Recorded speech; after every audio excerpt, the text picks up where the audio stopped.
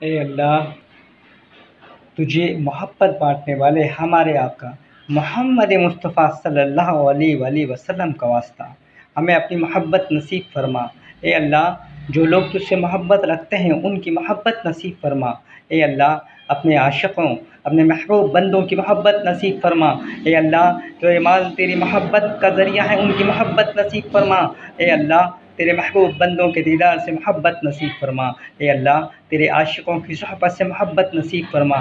ए अल्लाह, तेरे उश्शाक मशरिक़ व मग़रिब, शुमाल व जुनूब, ज़मीन के जिस हिस्से में भी हैं, हमें उनको पहचानने की बसीरत अता फ़रमा।